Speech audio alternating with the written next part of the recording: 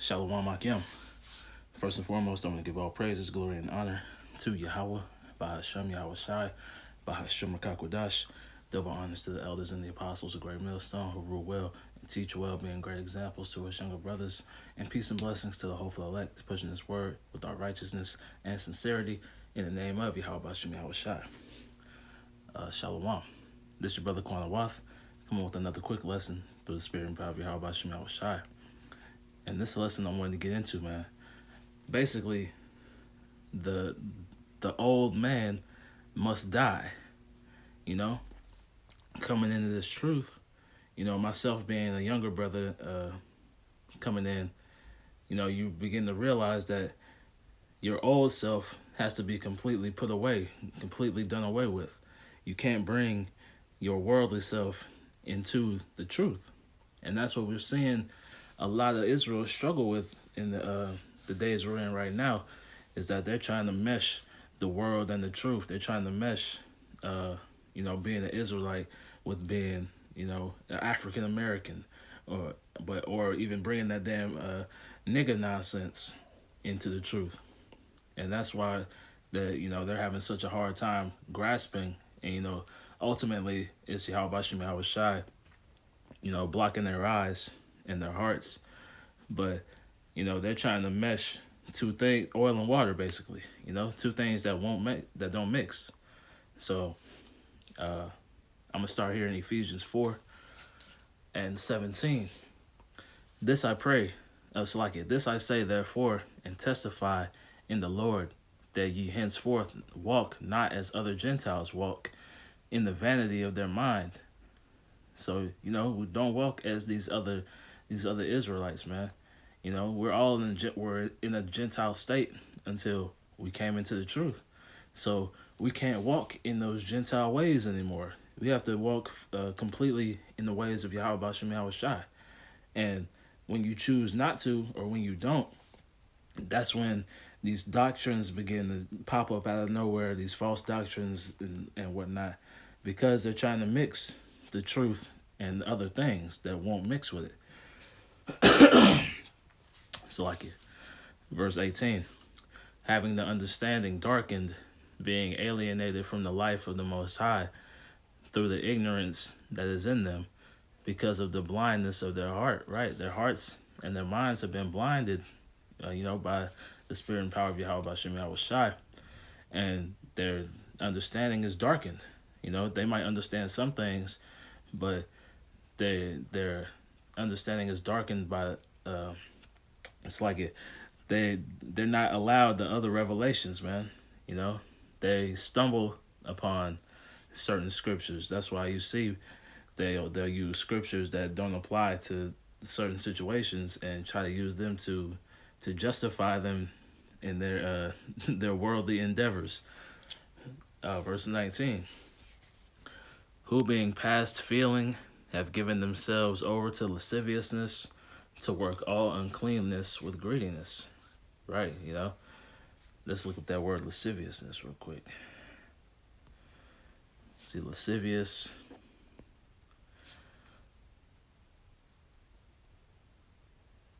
Let's see, lasciviousness. Feeling or revealing an overt and often offensive sexual desire. Right, so, that, and also, that word, the lasciviousness is in them going after these other false doctrines, man. That fornication, that spiritual fornication. Verse 20, but ye have not so learned Hamashiach. If so, be that ye have heard of him and have been taught by him, as the truth is in Yahweh Shai, that ye put off concerning the former conversation the old man, which is corrupt according to the deceitful lust. Right, that old man is corrupt, man. That's the worst version of yourself. Once you come into this truth, you realize that the person you were was a complete demon, man. We all had demons on us when we first came in, or before we came in. And seeing it and looking back, you see that, man. And that's why you can't allow that to come back.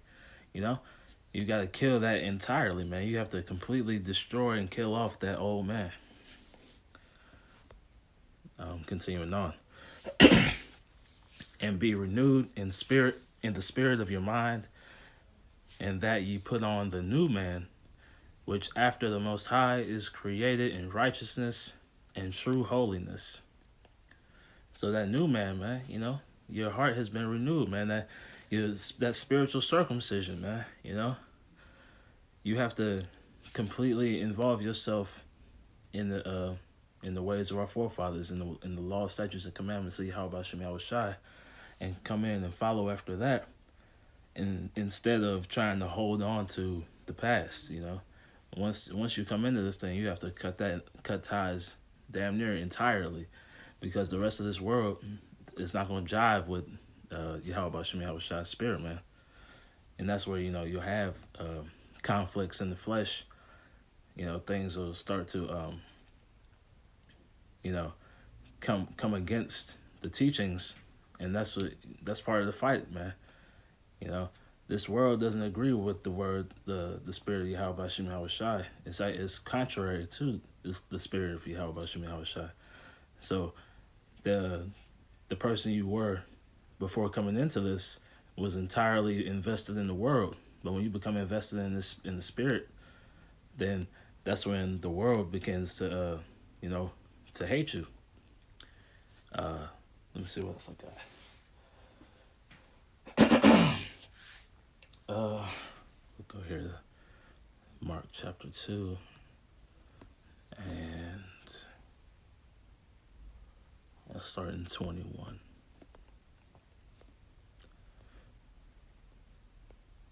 Okay, Mark 2 and 21.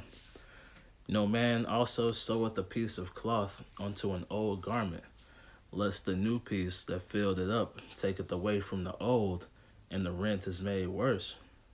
Right?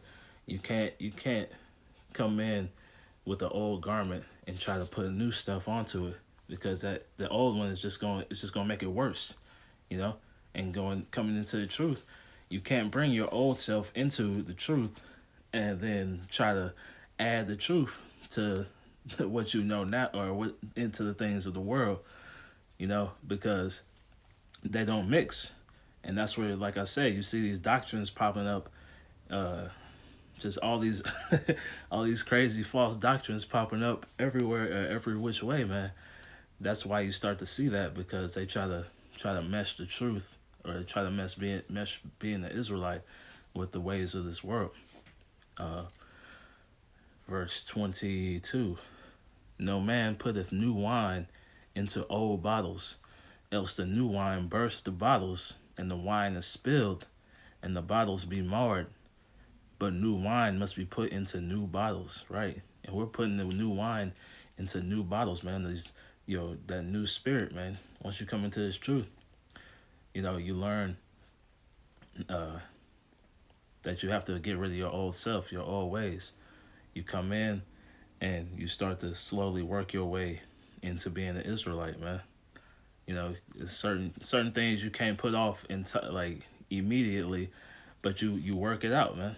Everybody has the different afflictions that they've been dealt, that they have to keep continuing to fight, man. But that's why we have grace.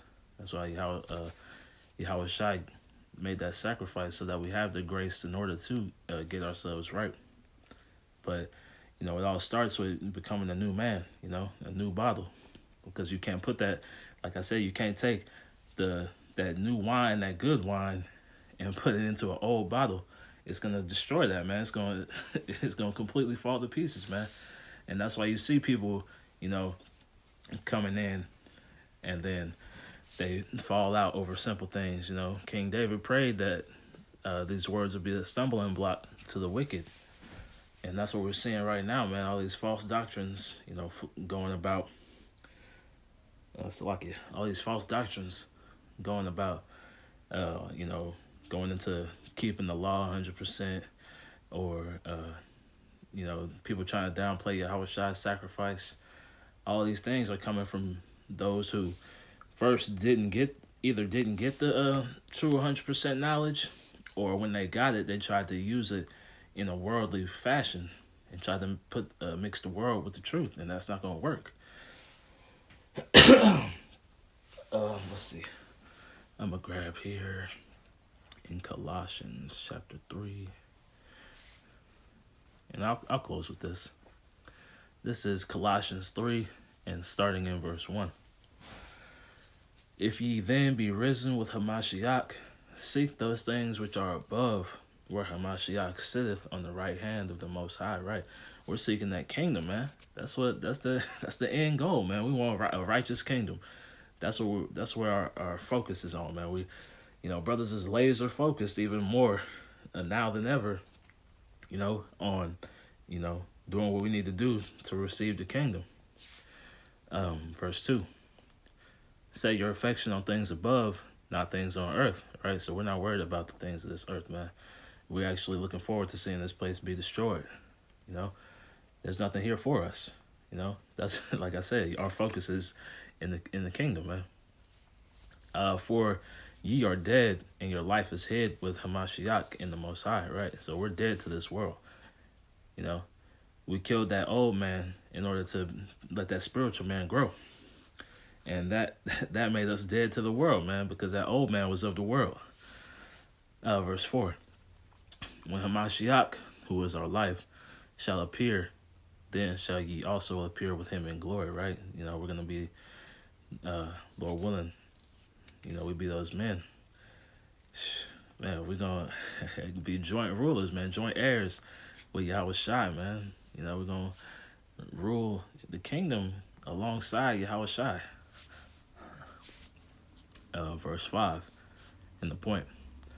Mortify therefore your members which are upon the earth, fornication, uncleanliness, inordinate affection, evil concupiscence, and covetousness, which is idolatry, right?